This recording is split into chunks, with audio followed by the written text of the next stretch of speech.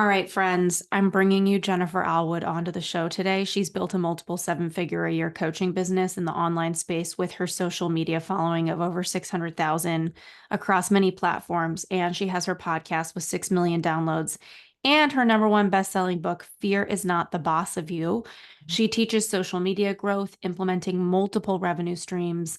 And she's also a woman of God using all the gifts that they've given, just believing in the power of the gifts that she's gotten from him to give her her financial situation for herself, her family, the world.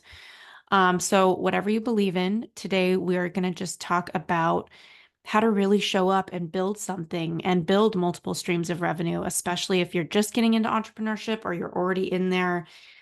Jennifer, I think a lot of this has to do with vision too, figuring out what you really want, what you want to monetize. So thank you so much for Love coming that. on the show. Yeah, thank you. I'm excited. I think there is nothing more uncomfortable than hearing somebody read your bio. Yeah, I know. I hate that because I'm always like, where do I look and what do I do? And I always want to be like, oh, it's no big deal. And I don't know. It's funny. I don't know if you're into the Enneagram at all. I mean, I am like this much. Have you ever taken the Enneagram test? Yeah, I mean, I've Yeah. taken the Enneagram test, I've taken the Myers-Briggs, I've taken the Okay. Colby. What's your Yeah. Enneagram? So my Enneagram is a 3. And so I just don't love a lot of like attention. And I'm always like, how do we just get to the meat of the podcast? And so if I just looked really awkward on there, if anybody ends up watching this video, it's just yeah, I feel like when I look back, I've done a lot of things in my business in the last decade or last 5 years in particular. But also I feel like I'm not done yet. And there's still lots of work to do. And there's still lots of possibilities. And the way the world kind of is right now and the way the online space is right now, we're kind of reinventing some things here on my Yeah. team as well. So yeah, so Yeah. thanks for having me. This is going to be fun. It's going to be fun. I know that you are a busy woman and I am too. And it's so hard because I feel like we commit to things on a calendar because it's the only way we're able to get our lives done and Right. show up in our businesses and all these revenue streams with our team. It's like you've got to have a calendar or Yeah. that you can guarantee that the things you want to get done will get done. And then yet you can show up in your day-to-day life and be like, I don't have the life force energy that this calendar is asking Yes. of me. And so we started before we hit recording with Yeah. just like talking a little bit about burnout and like clearing Mhm. your schedule. One of the things I've grappled with is that even when I'm burnt out, if I clear my schedule, I take a vacation, it's not like the vacation replenishes me enough to Oh, I sometimes can. face the tidal wave that is work. Yeah. Let me speak on that because this is such a good conversation. So, yeah, I was telling you before we hit the record button that, I'm going through a little bit of a burnout. You're actually the first person that I've said that out loud to, Oh, other than I think my director of operations. So yeah, and I think that it's tempting to feel a lot of shame around that as yeah. a business owner, because there's this part of me that's like, okay, I make millions of dollars in the online space every year. I get to be home every day. We have 4 children, 2 still live at home, 2 of them we've launched. I get to put them on the bus. I get to give them off the bus. Like I have nothing to complain about. So then when I think, oh, I feel so burned out, I have this a little bit of a rub on the inside of, okay, I shouldn't be burnt out because there's so much to be grateful for. And it's not like I'm driving to a desk job. And the truth is I probably am in my office less than 20 hours a week. Do I sit in this room? But Mhm. here's what I know about entrepreneurship is I may be only at my desk in front of a computer, coaching, recording videos, recording my podcast, whatever, for 20 hours a week. But I'm still putting in probably an additional 40 just in mental headspace every week, just thinking through things and responding to DMs on Instagram and, thinking about how I want to position something on a podcast. And maybe I should launch this new thing. And what about that mastermind application? So there's so much I think that goes on mentally for entrepreneurs that I know we have kind of in the past few years when we've vacationed, my husband has figured out it takes me 3 full days, Ashley, before like my countenance just kind of like goes, okay, like I'm a normal human. I'm not, going mentally at 9 million miles an hour. And then I actually, like you said, I have a podcast called The Jennifer Allwood Show. By the time, I'm not sure when this is going to come out, but hopefully I have an episode coming out where I interviewed a lady who's a rest doctor. And this was such an eye-opening conversation for me with her recently. She has a test where you can go like answer all these questions as an entrepreneur. And basically there's 7 different types of rest. Did you know that? And so like you're probably getting physical rest when you're on vacation, but you're not getting mental rest, which has what my problem has been for a long time. And so even though physically I'm laying in a chair at the beach, mentally I'm still in the office. Mentally, I'm still going through my to-do list. Mentally, I'm still looking at my kids' school calendar. Mentally, I'm doing all these things. And so I end up, like you said, sometimes not coming back feeling refreshed. And so in this season right now where I'm feeling pretty burnt out, honestly, I've been coaching hard for a decade. And by coaching hard, I mean, I had my team double check yesterday. I'm at a little over 21,000 women that I've coached and a couple of really, cool guys in the last decade. I'm nearing 7 million downloads on the podcast. I have 621 episodes that I've done. I mean, that's a lot of consistency. That's a lot of showing up. That's a lot of no breaks.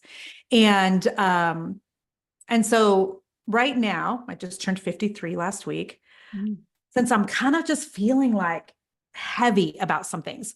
Part of that, I think, is our environment just in the world. I feel like collectively as a country, we're all holding our breath right now, wanting this election to be over.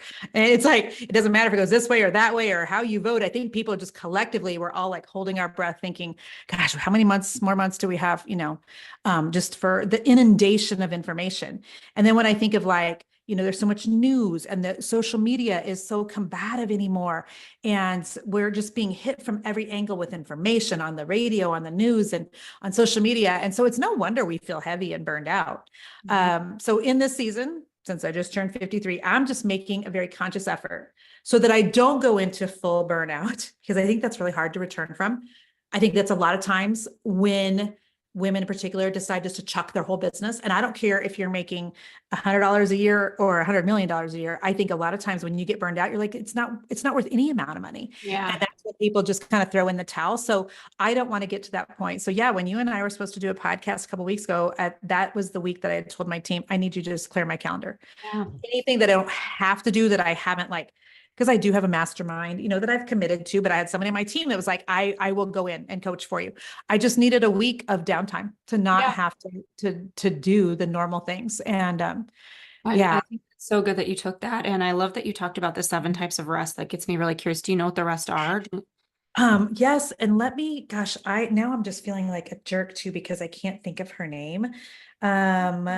But there's physical rest, mental rest, emotional rest, spiritual rest, which I thought was interesting. Let me think of what else. Technology rest. And so for those of us that are in business, I mean, I literally teach social media for a living. I'm also a certified life coach, and I've kind of veered away just a little bit from the social media coaching and more into almost like business coaching from the mental perspective, because I can teach social media all day long. But if I'm coaching a woman who in her heart doesn't believe she should be making money, feels like selling on social media is slimy, feels super vulnerable to post on her Instagram or Facebook, like it doesn't matter what strategy I give them, they're not going to do it. So I think 80% of a business is built in your mind and the other 20% is sexy strategy. So we've kind of gotten away a little bit from, the sexy strategy, but a technological break I think is so important, except there's always just to interrupt you for everybody. It's Dr. Sandra Dalton Smith. And there you go. Perfect. Called Sacred Rest, which is such a cool concept. Social rest, around your social interactions, creative rest. And I'm a total introvert, so I have to have social rest. Yes. And then creative rest, play, appreciate the beauty around you, sensory rest, disengaging from screens and devices. You know what's interesting about that? I go on this lake trip with my family every single year, and it's the least classy trip you could ever take. It's like really not a nice place. The hotels are like $20 a night. It says there's in the hotel motel, it says double lock your door. Like, what is that? Oh, you're like fabulous. Yeah. But the point is we take our speedboats and we go out on the river. And I've always talked to friends about how restful it is. And this thing that I've realized is that my eyes only see the blue of the water, the blue of the sky, and the brown tones of the mountains. That's all my eyes are looking at all day. And so it's interesting when this talks about sensory rest, we talk about Zoom fatigue. It's like sensory overload where, when we went in the pandemic, we were seeing so many people, not just on our computer screen, but the backgrounds that they had. It's just so hard on our sensory. And then you mentioned the spiritual rest, community, meditation, prayer, emotional rest, authentic expression of feelings, mental rest, mindfulness and breaks, and then physical rest. Yeah, you should Um, get her on your podcast. She was a yeah, great interview. And so I want to talk though about too the fact that you're on a river. There's something to be said for being around water, yeah, whether that is my husband and I, we own two Airbnbs. We bought one in Arizona and we bought one in Florida. And so our property in Florida is right on the ocean. And I never thought that I was a Florida girl because it just gets so hot in the summer. Turns out I'm just an ocean girl. I'm just a beach girl. And I've been pondering because we bought it about 3 years ago and it's up on the panhandle of Florida, like on a section called 30A. Are you familiar with that area at all? I lived in Palm Beach and I own a property Okay. in Palm Beach, but I Oh, don't awesome. really Okay. know my way around So it's Florida. in between like Destin and Panama City. Okay. It's in a really, like there's no fast food restaurants. There's no tall buildings. It's like it's a different feel. The area is on 30A. So anyway, every time I go, and I go about every other month for whether it's a couple of days or for a week, there's something that happens to me there that I've been trying to figure out. Like I can't really put words to it. I can't put my finger on it, but my husband says, you're just a nicer person when you're in Florida. And it has nothing to do with Florida. It has everything to do with the water. So I've actually been researching this and there's so much information. I think they call it like blue theory that I did a podcast probably 2 months ago. And I didn't like the podcast title, by the way. My team titled it something like, why do you have your best ideas in the shower? It's really not about the shower. The podcast is about being near water and what that does for us on a creative level and on a restful level. And there's so much science behind, like they call it the shower, phenomenon or something. Yeah. Because have you ever had a good idea in the shower? Yeah, actually, we Okay. have a shower thought clause in our client agreement because we've written and Yes. booked so many TEDx talks. Clients have shower Yes. thoughts and they completely derail Yes. the scope of their project. Yeah, you can actually like buy like notebooks that stick to, the inside of your shower for when you get a good thought. It's because it's like, and if you go listen to my podcast, I go into detail about it. It's the rhythm of the water, it's the sound of the water, it's the temperature of the water. And so from like a biological standpoint, like a science standpoint, there's so much evidence that shows it doesn't matter if you're in the shower, if you are sitting next to a babbling brook that you discovered on a walk with your dog, if you go to the ocean, if you're on a river on a boat with your friends while you stayed at $20 hotel. Like there's so like, regardless of what type of water, there's so much evidence to show what that does for like just our systems in our body, like in terms of stress level and all those things. What's also super interesting is because I'm a girl who loves God and a Christian person, I talk about it from a biblical perspective too, because there's Bible scriptures that support the same thing that science does, just about water in general. So one of the things I tell the women I'm coaching, if ever you're like stumped, stuck, discouraged, whatever, go find a body of water, go find a lake and just sit there and, rent a kayak, like do something to get around water and it will re-stimulate either something in you or it will calm down your nervous system in a way that for us business owners is really necessary because all we do is go, go, go, think, and decide all day long. And so this is my constant evidence to my husband is why I need to go to our house in Florida more often. Cause I'm like, see, I just come back a nicer person. I get ideas, all the things. But yeah, it's interesting. I did a reel on Instagram a while back that was kind of different for my content because I do try to post, content around business. I get tired, quite frankly, of posting business content. It feels like a drag, but I posted just a short video of my husband being out on the deck and me going and just laying my head down in his lap. And it was titled something like, this is what, a connected nervous system looks like. And what I've been trying to explain to the people on my team for the last couple of years is I think that I represent calm, cool, and collected on the outside. You would never look at me and think Jennifer is stressed out. However, my insides are not matching to my outsides. And this is, 25 years of owning a business, 10 of which were coaching. But before that, I actually owned a painting company in Kansas City. And we did work for like Extreme Home Makeover, that television show 3 different times. I've flown to Belize to be with clients. Like we had a really we did some Chiefs houses here in Kansas City. So, at the end of that career, I had like 8 painters painting for me every day. And it was a really cool gig and then immediately started coaching and just, I now have a team of people there. And I think that I have pushed so hard for so long that just my nervous system is just out of whack. And I think if I had to be a betting girl, Ashley, I think this is the majority of female business owners right now. Mm. Okay, I know that like I could talk to you forever Yeah. about rest and like renewal and connection. I also feel like one unique thing that you have going for you is the ability to take action. And I know a lot of people listening, it's like they're not on the other side of like the burnout that we're in. They're in like, how do we actually make this happen? Mhm. I've found many ways to make money. I'm curious when you really boil it down to all your business things you've done. Mhm. Yeah. And I almost want to ask you this question in two layers of like, what is the thing you've done that has really up leveled your revenues anywhere that you've built it? Like for me, Yeah. it's been ads, right? Like I can go on podcasts, Mhm. I can go speak at events, I can do Yep. all these things. I'm going to make money. It's not going to take me past six figures, low multiple six figures. Okay. If Mhm. I want to scale my business, I've got to seriously use ads. I'm curious what you've used that has really, really been the crux of you seeing your Yeah. revenue explode in different Love that. places.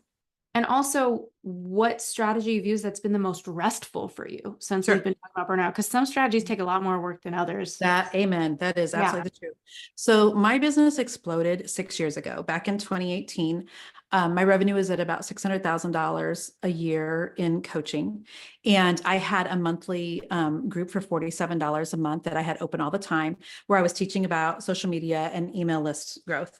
And I was in a mastermind. I am really a big believer in surrounding yourself with people smarter than you and making sure you're in groups where there is somebody that can teach you how to do what they did, help you to see things differently, your blind spots, et cetera. So I was in a mastermind with Stu McLaren. I don't know if you know who Stu is, but he's kind of known as like the membership guy. He was doing memberships before memberships were Yeah. cool. And Yeah. I've had my monthly membership now for 9 years. So I had it before I even started with Stu. But I was at about 700 people were in my group at $47 a month. And we were in either Miami or Fort Lauderdale at a mastermind meetup. And you get a chance to like ask your biggest pressing problem in your business. And my biggest pressing problem 6 years ago was I just want to get more people than 700 people in here at $47 a month. While that was a good revenue and I had other revenue streams as well, I was like, I feel like I'm missing something. Like, why do other people have thousands? I only have 700. And Stu's like, well, Jennifer, you need to close your group and like tell people that they can only come in at a couple times a year. And so you need to close the doors to your membership group.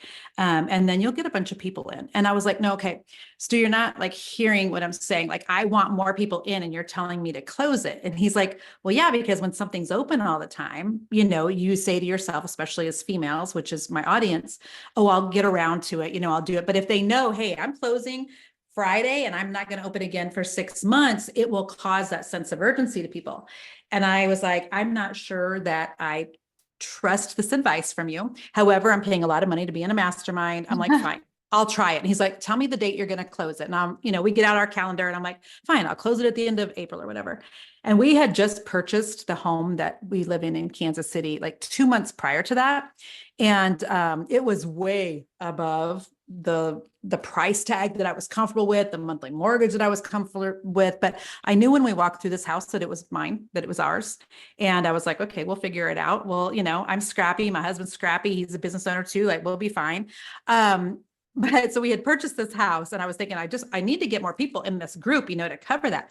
And so we kept it open another 10 days. And in 10 days, Ashley, I added 1,100 new people at Oh my $47 a month. gosh. What So did my you business went from 600,000 to 2 million a year. This was 6 years ago. Forbes did an article on it. I didn't have the infrastructure to handle that. Like I had just me and an assistant and I was like, holy crap. And now I need a project manager and I need a customer service person. And so we were kind of band-aiding things together for a minute, but that was the biggest change. Okay. And actually, can I go back a few Yeah. years before that? Yeah. The other time that I had the biggest change is when I quit my painting company. And it was like a decorative painting company. And we were in magazines and on TV and all over Pinterest. And like I said, it was a great career, but I knew in my knower that I was supposed to be closing it down.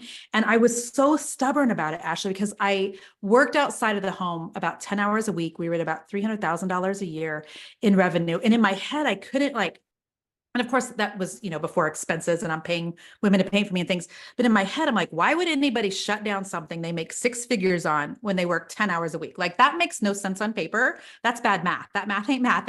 And yet I was like, I know though that I'm supposed to be closing it down. And God and I kind of argued about that in my brain for a good year.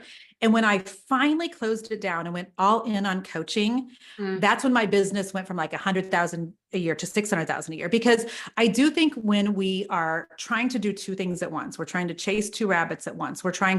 We have our day job, and then we're trying to build something nights and weekends. While that sometimes has its time and its place, it also reaches a maximum, because you get to where you can't build your side gig anymore, because you don't have any time or energy left over from, being drained during the day. So when I finally gave up the painting company, that's when my coaching business exploded. When I was finally able to listen to my coach and like shut the doors of my membership and have some sense of urgency, then that's when the next explosion happened.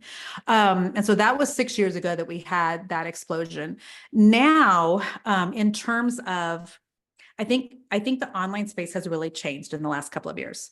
2020 was the best thing that ever happened to my coaching business. And while it was awful for so many reasons, and I get so triggered sometimes, even just thinking about it, and that's honestly when I think my nervous system started going wackadoodle. We got so many new clients, and I started a mastermind in, I think, 2022. And there was everybody wanted to work from home. Yeah. And so if what I teach women is how you can make money, with your bra off, sitting at home on your jammies, like everybody was like, sign me up. So that was really great in 2020. So that gave us a big, boost. Now we're seeing a total shift, because what happened is those of us that are coaches, we coached a lot of people to be coaches, in 2020, 21 and 22. And now we just have an inundation of coaches. I think that our clients are more savvy. I think that they know that they have a lot of options. And I think that my ideal client, who's a woman trying to build her business, she no longer wants to be inside of a group coaching setting. She needs somebody to tell her exactly what to do. 1, 2, 3. She needs the exact strategy custom for her versus just a whole group or another course. I think we have course fatigue, and I sell courses, and I think we've got course fatigue. I too have bought 100 different courses, probably not that many, but that I've either not opened or not finished. I'm trying to remember Amy Porterfield, somebody that I'm friendly with. We've only met in real life once. We had dinner, but I'm trying to remember what she told me the percentages. I think it's only 5% completion for most courses online. I mean, that's horrible. That's dismal. Yes. So right now, here's our new focus. And we started a VA service, a virtual assistant company 2 years ago, because all these women were coming to me and they're good at what they do, but they're not techie. So they're like, Jennifer, who do I hire to do my logo? Who do I hire to build a sales page or a website? And I was just giving them random names of people I'd heard of. And finally, I'm like, that's dumb. Let's start our own VA company. Yeah. So my team and I came together. So we've got a virtual assistant company called BizAssist. And then about a year ago, I realized, okay, we're telling them to go out and buy Entrepreneur or MailChimp or whatever. We're telling them to go buy, this for a landing page and host your website here. Let's just white label some software and let's start my own software. So right now I've got a team of VAs. I've got my own software. We've got well over 500 people using said software. And we are pressing really hard into that. And our coaching is really shifting a little bit away from the group to more of a personalized one-on-one. It's obviously more expensive, but I feel like there was a time and place for group coaching. And right now, my clients, who the majority of them are, under $50,000 a year in revenue, they just need somebody to look into their business purse and be like, dude, this is a mess, and help organize it, tell them exactly what to do to grow, and have it really be personalized for them. So that's our focus, and that's going really well. That's exciting to hear. I had so many questions along that entire. Yeah, please. I wish I should have told you that. I almost got anxiety. I'm like, oh my gosh, I have to remember it. My yeah, that's okay. Like, go for it. Okay, so I find it really powerful with people in business to see what you just said, which is, when did things change? You went from 700 people to 1,100 new people on top of that. We went to 1,800. Yeah. Yeah. I actually just sat next to Stu McLaren at an event recently for a whole day. And he is so smart, and it's too bad I don't have a membership. I had nothing. And a really just solid human being. truly. And Such so a nice guy. Mhm. yeah, what I'm trying to understand is like it doesn't sound like you took his advice to open and close, or did you take that advice Yeah. to Oh, yeah. I took it, and I was like, okay. Stu made me pick a date, and I gave him a date at like the end of the month, and so we had 10 days, and we just assaulted my email list with, "Hey, we're getting ready to close this thing. If you've ever thought about doing business coaching with me, you got to join before, I don't know, it was like April 31st or something." And I had no idea we would have 1,100 It was people. implementing his advice and the urgency. I will Yes. say, when I was selling Mhm. e-courses, which I don't do anymore, about 40% of our sales would come at cart close, like Mhm. last email. It Yep. makes me really sad as humans that this is who we are, like that we Mhm. just work so to the wire for what we want in life. But Yeah. this But does seem to be I the think thing. it's for a lot of creative women, because since my background was really in artistry, I was really an artist of sorts when I started my painting company. The reason that my husband and I have our two Airbnbs and VRBOs, originally we were not going to rent them out. I just wanted to decorate a house. That's like my background. I love that. I've got to be with Joanna Gaines, like speak on stage before her and open for her, and for her and Chip. And so like I love decorating. And so I attract a lot of real creative brains. Well, as creatives, we are very last minute. Yeah. And as middle-aged women, a lot of us who are either, past menopause, which I am at this point, or in the middle of it, we tend to just, forget. And so many people are last minute. What we've noticed over the last couple of years, because we used to do 40% on cart close day also. And we would send 3 emails without fail on cart close day. I would do a pajama party Q&A on a Facebook Live every night. And I would just I'd stay up till midnight, actually, just watching the sales bring in. I'm like, this is insanity. But in the last, I would say 18 months to 2 years, that has really shifted. Cart close isn't at all like it used to. I think a lot of people are more interested in bonuses at the beginning than they are in cart close deals. And so it's just the industry has really changed. And I Yeah. just am trying really hard to get ahead of it. Yep. Because I'm also coaching a lot of people who are coaches, whether it's business or health and wellness or sleep coaches or, whatever. And so, yeah, so we're trying some new things. And Yeah, if you you touched on a couple things. It's like the can, flow of entrepreneurship, right? And I want to just point this out for people listening, no matter where they are, right? Like I think about my agency, Wise Whisper. We've written and booked over 100 TEDx talks, nearly 100% amazing. success getting people on stage. And when I really take a look at what we're doing, there's been new problems. It's, new level, new devil, for lack of a better term, right? So it's like, at first it was, we need more sales, right? Like I need, Yeah. and then it was like, I need good team. Like I need people. Mhm. Now we get Yep. the sales. Well, now I need the people to hold it.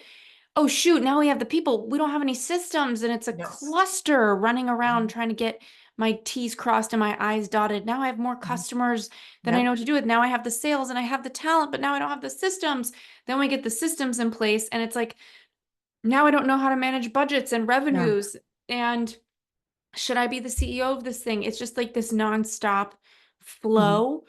The amount of automations and things that I'm working on Yeah. even right now. In our first year of business, we did about $1 million, around 50 TEDx talks that clients signed Mhm. up to have us write and book.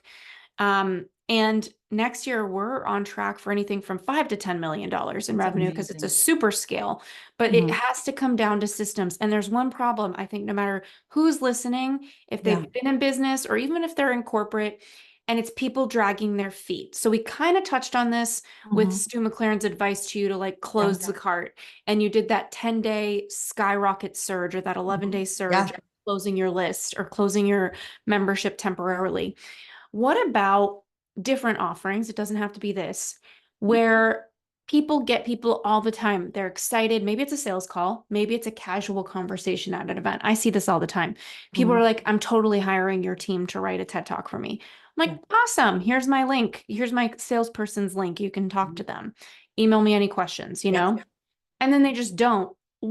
Or there's the people that do the sales call They and they're overthink. like, yeah, I'm totally in. Send the paperwork. Can we start faster? They almost rush us, right? Like, I Mhm. want to do it now. Yeah. And then they disappear, and the Mhm. paperwork just sits there in a graveyard of paperwork. Yeah. How do we move people along in sales? What are some of your best practices? Well, Anyone at that's any the reason scale? why we're touching on mindset so much in my business coaching, because again, you get to somebody who they're right on the precipice of signing up for something with you. And a lot of times they're either overthinking, Or they almost, I find that a lot of women just feel like they need permission. So I want to talk about both of those things. I think that, can I ask how old you are? Let Yeah, me ask. 37. Okay. To be 37 again. Oh my 38 gosh, is like that's my favorite age of really, that's a really yeah. comforting thing to hear because I'm Yeah. going through so much dysmorphia. I look in the mirror, I see ridges I never had. I Oh, was just at the gym with a friend and I was looking in the mirror, pulling a gray hair out. To my knowledge, I've had 3 gray hairs. I went to pull one and I saw another one. I'm like, yeah. oh, I thought that I already pulled that Yeah. one out because they're my 3 little friends that I've known about for 2 years. Right. No, I grab a layer and there's like 14 of them. I'm like, what? Welcome. Welcome. Yeah, I actually don't have gray hair because my hair is so blonde, but um I think that, especially for your audience that's going to be in the 40s and 50s, here's what I think. I think that we were raised in an era where we had to ask permission for everything as little girls. So ask permission to get up from the dinner table, ask permission to, you got to raise your hand to use a bathroom at school. They're just, everything had to be like permission granted. So you spend your entire childhood doing that. And then people are like, and what do you want to be when you grow up? And you're like, I don't know, because you've been used to somebody telling you like what to do. Our traditional school system is set up that way, and all of my kids have gone to public school. So, I'm not dogging on the public school system, but it's set up to like tell you where to be and what to do and all the things. And then you become like an adult, and then you're like, crap, now what? What do I do? What are my dreams? What do I actually want to do? You're expected to know at 18 when you go to college.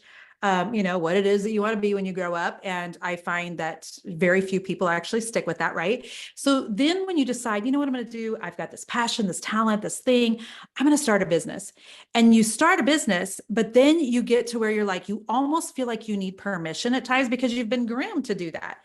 Is it okay that I'm starting this thing? Is the name okay? You're second guessing yourself about so many things. And I think women forget that like we have a gut feeling, whether, you believe that that comes from God or whatever, like we have hunches and inklings and gut feelings. And so many women are terrified to follow that.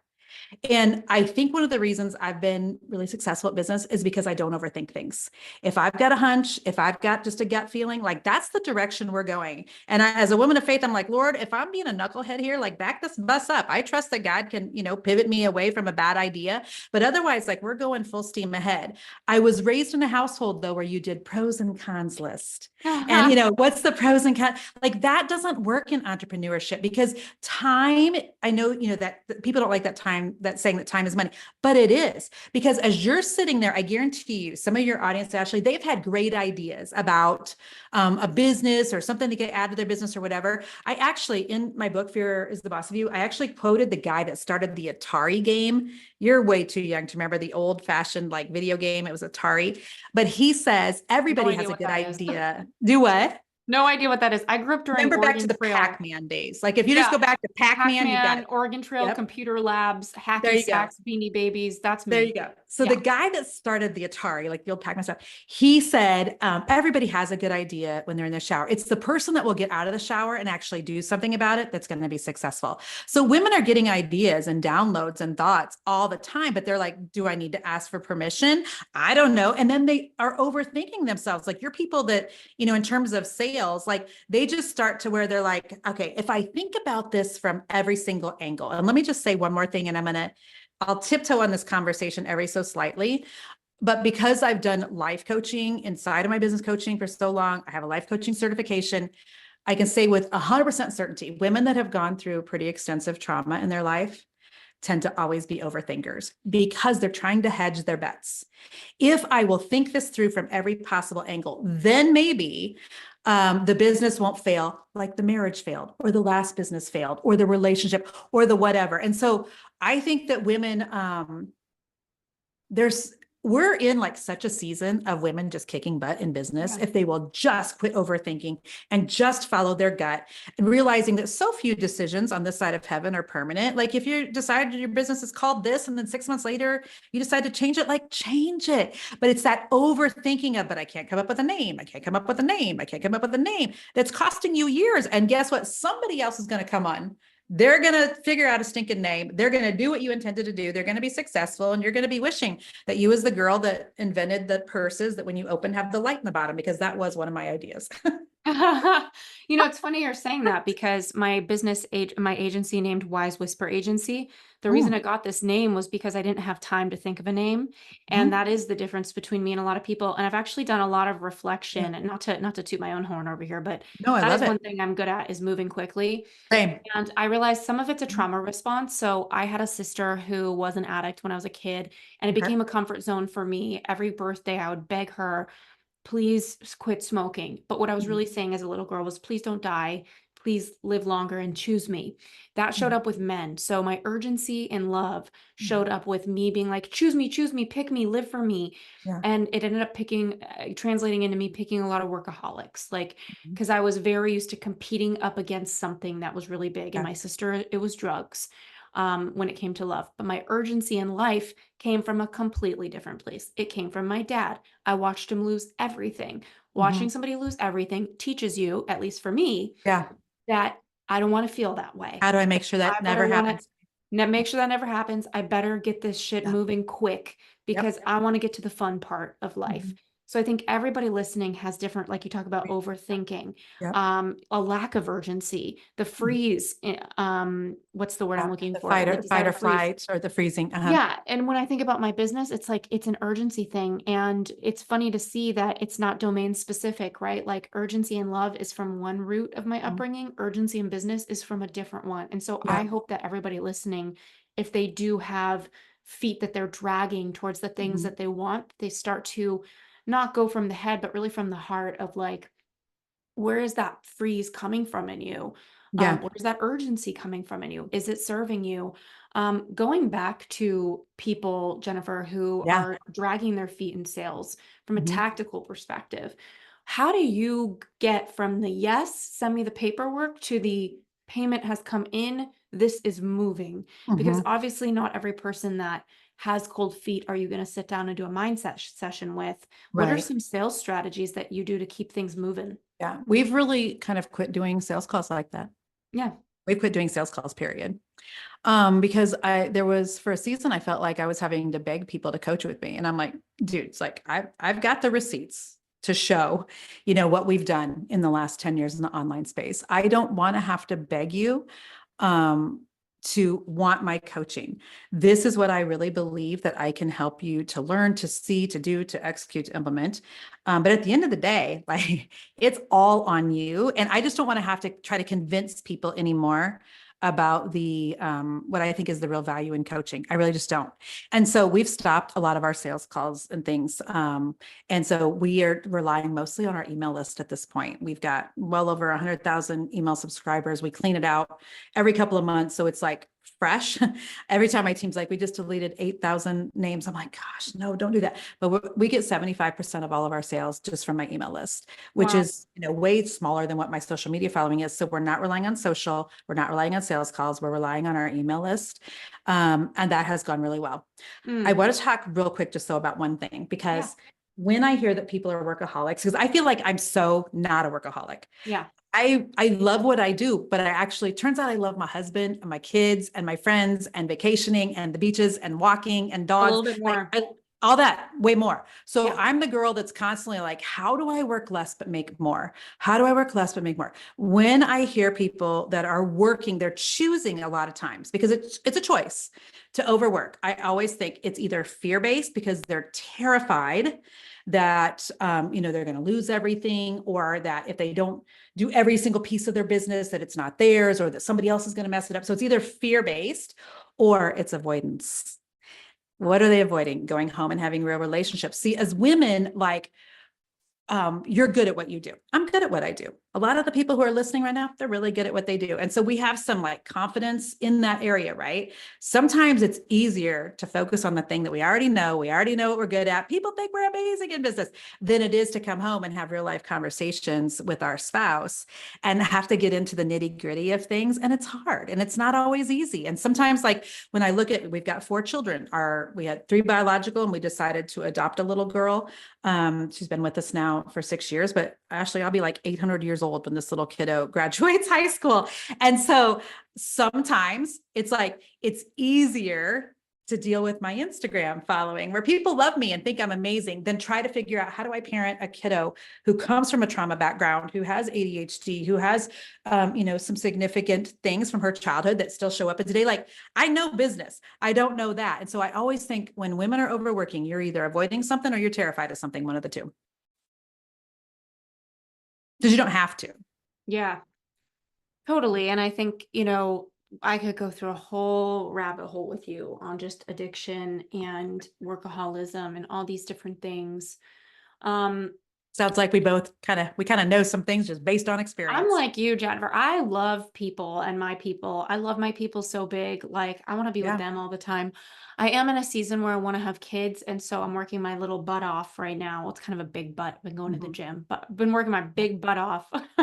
We all Um, were after COVID, so lots of grace. yeah, I'm like, "Ugh, I want that security and I love what I do. It's Mhm. both. And it is really hard. And I want to Yeah. acknowledge that it is really hard. I will say that we have built something really fast in a Mhm. short period of time Mhm. that I'm proud of. And this brings me to my final question, which is about risk. When Yeah. you're coaching people, obviously they're hiring you and paying you for results. Mhm. Half the results, more than half the results, is on them. You're Yeah. only so powerful. You Yeah. tell them what to do. Right. You're responsible to your clients to have integrity, but not for them. Like they got to go do 100%. work. I always felt that struggle when I was a career coach. I'm like, I can't go into the job interview and get you the job. You might still be the problem. This might be a personality Yeah. issue, and there's not a price you can pay a career Yeah. coach in the world to Mhm. fix how you're showing up in that way. Um, I still think business always has a risk. People are paying you and you're getting a job done. So in our Yeah. case, we have a very powerful speech writing team. Mhm. Our creative director was Steve Jobs' right hand, Yeah. and she made decks for him, wrote speeches for his executive team. She wrote Love it. Apple's Credo for 13 years. Our speechwriters all wrote some of my favorite shows. One wrote Lizzie McGuire, one wrote The New Oh, Girl, like some of the awesome. best Yeah. writers I've ever come across. We can Mhm. deliver a speech that's powerful. Mhm. Granted, it's subjective, right? Like out of the past 50 customers, we probably have two that our writers are just texting like, I just want to jump off a cliff and never talk to this person again because they're just so Yes. unpleasant Okay. and unpleasable. Yeah. Um, Business involves subjective satisfaction and action quite often. How do you protect yourself as a business coach, as a business owner from those risks or from those heart sinking clients Yeah. that are never really going to appreciate who you are or what you're Right. offering, but they're always going to test the Yeah. boundaries? Well, I do think it's okay to like love and release some of our clients sometimes because you can be the juiciest peach in the whole wide world and there will be still somebody out there who does not like peaches. I love that saying. And so like, I know I'm not for everyone. And I have really honed in on who my ideal client is. I know who she is. I am really forward facing with my beliefs on things, my faith, how I, run my life. Our family's kind of an open book. And so no one should come into my coaching and be like, oh gosh, Jennifer's going to pray on this call. It's not a surprise. Like I am in my coaching, just like you see me on my Facebook and my Instagram. So that's one thing. I do think that sometimes people are not consistent between who they are forward facing and then what they're doing, in their groups and their courses, et cetera. So I feel like I'm consistent. So that works really well. Two, I also understand that sometimes we get into a coaching situation and we're just not a good fit. We thought that we were, and we're just not. There's people I've released because I'm like, you know what? I think that somebody else is going to be able to help you better. I just don't think that we're a good fit. There's other people who've come to me and they're like, you know what? I just thought it was going to be one thing and it's not. And so then I think, okay, that's an opportunity for myself and my team to explain things better, to have a better, just things set up so that there's no, so everything's clear on paper, it's clear in conversation, and make sure we're meeting the What about expectations if of you've put people. overhead quite extensively out, right? Like I've paid a lot of people. So we have one client out of the past 50, there's genuinely been two that we all just wish Mhm. never came through the doors. Yeah. But we've put a lot of overhead out on Yeah. that person. I We've think that done it's just business. I think that you just chalk it up to business. Um, I love Meaning you Dave give them a Ramsey. refund or Well, you, a lot of times I think that it's appropriate. We try to give refunds when possible because number one, I want people walking away from my groups with a decent taste in their mouth. And sometimes I think that is more winsome and that speaks more volume about who we are and who I am. And that's more important to me, the integrity and the reputation than the dollars. Sometimes also it's kind of like um, I don't know, what would my kids call it? Hang on, Ashley, I'm looking for the word. This is menopause brain. It's a flex. It's kind of sometimes a flex to be like, and here's your dollars back. Bless you as you go. And I don't mean that in a snarky way, but sometimes that's just most appropriate. And so I think that we have to just be okay with it's not always going to go the way that we want it to. And that would be the same whether we're the business owner, CEO, visionary, whatever, or if we were working in a traditional job. Do you know what I mean? There's gonna be things that if we're working for somebody else at a 9 to 5 that go sideways. And so I think sometimes people see that as like super risky. But the truth is, when you're working for someone else, when you have a paycheck coming from a company, that's only perceived safety. That's not actually safe. I have so many women that will come into my coaching that I don't want to quit my 9 to 5 job because, it's so safe. And I'm like, friend, that is perceived safety. They could let you go tomorrow. Like I have been laid off. I don't know if you ever have, but that is a really vulnerable feeling. And I remember when I was laid off, I was 29 years old when I got laid off from corporate America. I had graduated at 25, top of my class in computer-based information systems. I worked for a technology company. They laid me off. I boohooed for a couple of days, and then I started a painting company. And I remember when I got offered another position in that field, and it was with a lot of perks, including a pager, Ashley, which I know that you are too young to remember what that looks like. But it was a phenomenal salary with a really good company. And my gut feeling was just like, no, let's just see what happens with this painting thing. And people were like, oh my gosh, there's no 401k. You're not going to have insurance. And I'm like, and if I end up making a butt ton of money, like I can pay for all of that. And so again, I think we're so conditioned to like think that a 9 to 5 is safe and being a business owner is risky. There's risks on both sides. And they're both hard. It was hard as heck driving in, with traffic in the city and finding a parking spot and my boss being like, it's 9:05, you're late. Like that's hard. What's also hard is we have clients that sometimes talk trash and want to quit, want to refund. I mean, we just get to pick our heart. I would rather be in control of my future, my family's destiny, our checkbook any day of the week than work for someone else. I will take that risk every single day of the week. Thank you so much for coming on the show. Where do you recommend people go to get started just learning more from you? Oh yeah. Well, if they're listening to your podcast, then they would probably like, we have a lot of overlap, I think, in our audience, my podcast, which is called the Jennifer Allwood Show. Not a real interesting name. And I tend to hang out the most on Instagram. My following is way bigger on Facebook, but I like Instagram people better. They're just much kinder. So send me a DM on Instagram. They just are, trust me. I mean, I've been on Facebook since the day Facebook business pages started, and DMs are just weird, but Instagram people are nicer. So I hang out there more. So Oh my thank you so much gosh. for having me. I feel like you and I would be friends in real life. I know. It's too bad you're not here. You I know. actually making me think because you were saying that you're in your 50s. I was thinking, man, like what value your kids must have from you being somebody that's like worked so much in modern business systems. Like Yeah. sometimes my parents feel like they're on a different freaking planet, they're just from a different age and you're so here and what we're working on now. And it's like, must be really fun for your kids to be able to I feel think so so. met by you and what they Well, could. yeah, my father thinks that I have a radio program and I don't even correct him. Exactly. It's a podcast, Dad. It's a podcast. Yeah. But I mean, I don't even know that they realize, I had a #1 best-selling book in 6 hours on Amazon. Like they're clueless. But my kids they've watched and they've seen what their father and my husband started a golf apparel company a couple of years ago. So they have front row seats to, 2 different entrepreneurs. One of them takes care of my YouTube. One of them takes care of my husband's Instagram. Like they're knee deep in business with us. And that's fascinating to watch because with your kids, more is always caught than taught.